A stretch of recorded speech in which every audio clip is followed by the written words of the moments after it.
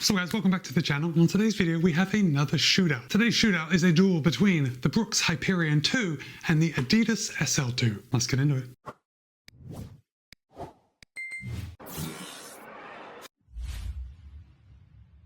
Now, right off the bat, both of these shoes were sent to me for the purpose of review. However, no one's told me what to say. No one other than me has any editorial privileges, and all the thoughts and opinions are my own. With that said, you're going to be able to pick up a pair of the Brooks HYPERION 2 for $140 and the ADIDAS SL2 for $130. And of course, I'll place links to both of these shoes in the show notes below in case you want to pick up a pair for yourself. Now, guys, I do have to tell you that this is not just an arbitrary pairing. I know there are some of you out there that are going to be asking for comparisons between other shoes, such as the Hoka Mark 6 or the New Balance Rebel V4. And before I sat down to make this video, I also thought about including the Hoka Rincon 4, but I decided that the Hoka Rincon 4 isn't really comparable to these. Okay. Now, the Brooks HYPERION 2 and the ADIDAS SL2 are comparable to the Hoka Mark 6 and the New Balance Rebel V4. But instead of doing a four-way comparison, I decided to choose my favorite shoe in that kind of $140 price point with no plate. So it was kind of an evaluation between the HYPERION 2, the Rebel V4, and the Mark 6. For me, my favorite is the Brooks HYPERION 2, and I wanted to compare it against this fairly inexpensive, remember, $130 ADIDAS SL2, because both of these are very fun shoes. They're excellent, they're well made, they're fun underfoot, and I just thought this would be a perfect pairing. So you already know that the Adidas has kind of like a leg up on the Brooks HYPERION 2 because it's only $130. But that isn't necessarily a leg up, right? Yes, it's cheaper, but if it doesn't compare in performance, then we wouldn't be comparing them. If that were the case, I would have thrown in the Rincon 4. But let's just go through a few of the specs, and we'll start with the ADIDAS SL2. Now, Adidas claims that in a US men's size 9, the SL2 tips the scale at 8.3 ounces or 236 grams. However, in my size, a US men's size 13, it tips the scale at 10.2 ounces or 290 grams. So pretty light. I love a sub 300 gram shoe in my size. Moving on to the Brooks HYPERION 2. Brooks claims that in a US men's size 9, the HYPERION 2 tips the scale at a feather light 6.8 ounces or 193 grams. And then in my size, a US men's size 13, it tips the scale at 8.5 ounces or 241 grams. So the Brooks HYPERION 2 in my size weighs 49 grams less than the SL2. That's a pretty big difference, right? But how about stack height? The ADIDAS SL2 has 36 in the heel, 27 in the forefoot for a 9mm drop, and Brooks makes this a little bit more difficult, but they report the HYPERION 2 having 26 in the heel, 18 in the forefoot for an 8mm drop. So 8mm drop, 9mm drop. Now, Brooks is not including the insole or the outsole rubber, and if we look at some other shoes where they do report the full stack height, it seems there's about a 6mm difference. Therefore, I think it's a fairly safe assumption that the Brooks HYPERION 2 has a full stack height of 32mm in the heel and 24 in the forefoot. And if that's the case, the SL2 has about 4mm more stack under the heel than the Brooks HYPERION 2. So let's talk about materials. Let me just hold this up so you can see. The Brooks HYPERION 2 has a good amount of padding around the heel collar. We have a nice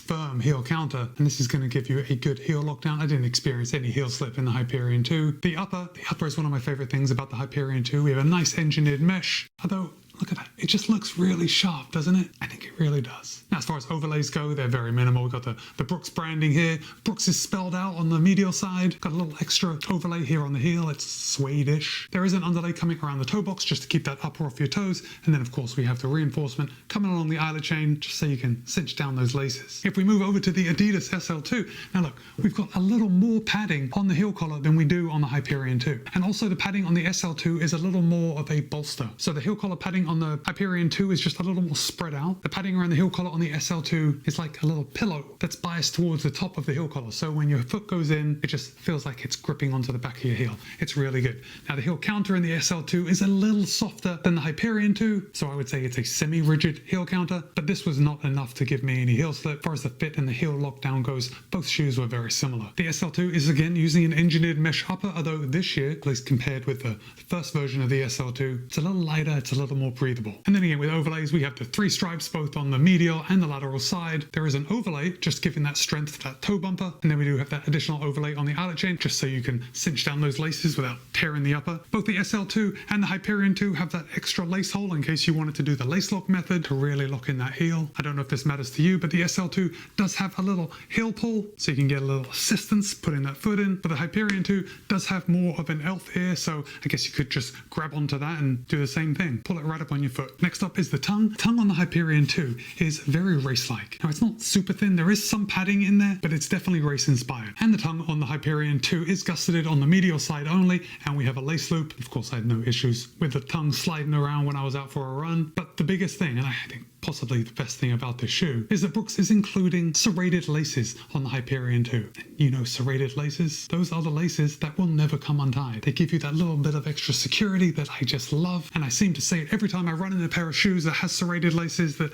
I never want a pair of shoes without them. Well, you get them on the HYPERION 2. And you know what? If that's what I have to pay $10 extra for, I'm probably going to do it, because the laces on the SL2 are not serrated. And if you did see my full review, I did have some issues on one of my runs where the laces continually came untied. I think maybe that was a little unfair to bring that up in the review, because every other time that I've worn these shoes, they did not come untied, but there was just one day where I think I had to tie them 3 times, or I was doing a workout and they came undone repeatedly. Now the tongue on the SL2 is slightly thicker than on the HYPERION 2, but it's definitely not like puffy thick. It's not Daily Trainer thick. It's on the very thin side of Daily Trainer tongue. Now the tongue is not gusseted, but there is a lace loop, and again, no issues with the tongue moving around. That lace loop just held it right in place. Okay, so now we're coming down to the midsole, and you're probably going to be surprised to hear that the midsole foams are very similar, guys. Now we'll start off with the SL2. Adidas is using a dual density setup. We have Light Strike and Light Strike Pro. The Light Strike is like the bread of a sandwich, and then the full length of Light Strike Pro is on the inside, sandwiched in between that Light Strike. Now, as you know, Light Strike is a EVA TPU blend, and Light Strike Pro is a TPEE foam. Now we'll talk about the ride as soon as we talk about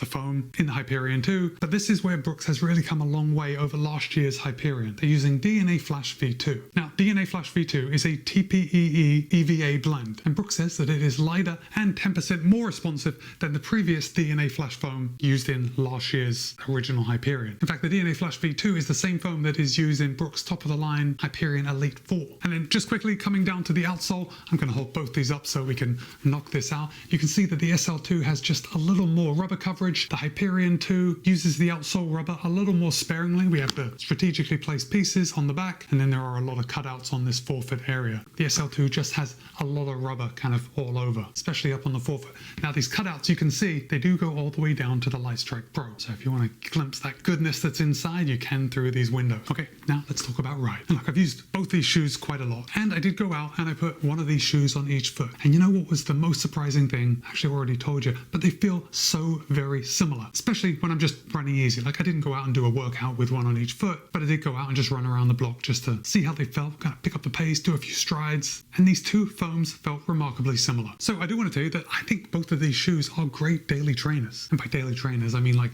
lightweight daily trainers. I think there is enough midsole foam here to give you a good amount of protection, and I only mentioned the protection because a lot of daily trainers are just really jacking up the stack heights, so you're getting a lot more foam. So even though we have a little less foam in both of these shoes, I really don't think it would be an issue for anyone. It's certainly not an issue for me. But the beauty of wearing either the SL2 or the HYPERION 2 is that when you pick up the pace, they are just very light on your foot. Now, when I was wearing both of these shoes just under 50 grams lighter, I did notice the weight difference between the HYPERION 2 and the SL2, but I have done workouts in both of these shoes, and I've got to say that when I was actually running fast or doing intervals or doing a tempo run, I never actually thought that the SL2 was heavy in any way. Like the weight didn't feel like it was getting in my way. It's still a fairly light shoe. One thing I will say about the Brooks HYPERION 2 is that everything just seems a little more premium, and actually it certainly is. I mean, there is a $10 price difference, so clearly Brooks thinks they have a more premium shoe in the HYPERION 2 than the SL2, and I would agree with that. So now it comes time for you to make a decision, and I think this decision is either going to be easy or it's not going to be easy. How's that for hedging my bets? No, seriously, if you are very focused on the cost of a shoe and that $10 is really going to make a difference, because you cannot go wrong with the Adidas SL2. It is so well priced at $130. It feels fast, it's light enough, and that blend of Light Strike and Light Strike Pro just really works well when it comes time to pick up the pace. Oh, hold that thought. Both of these shoes are not plated, so they do give you like a traditional feel.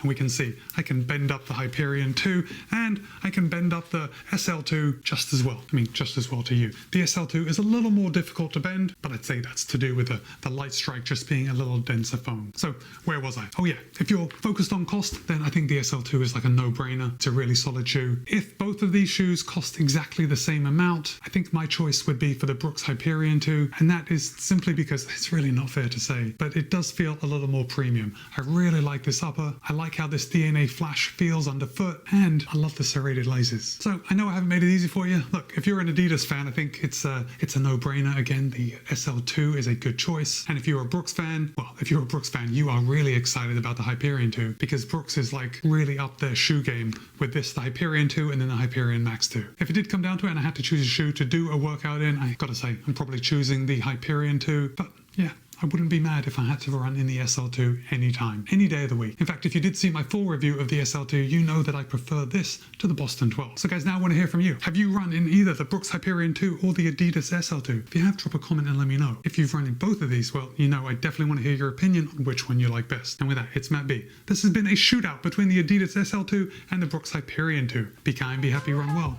See you in a couple of days.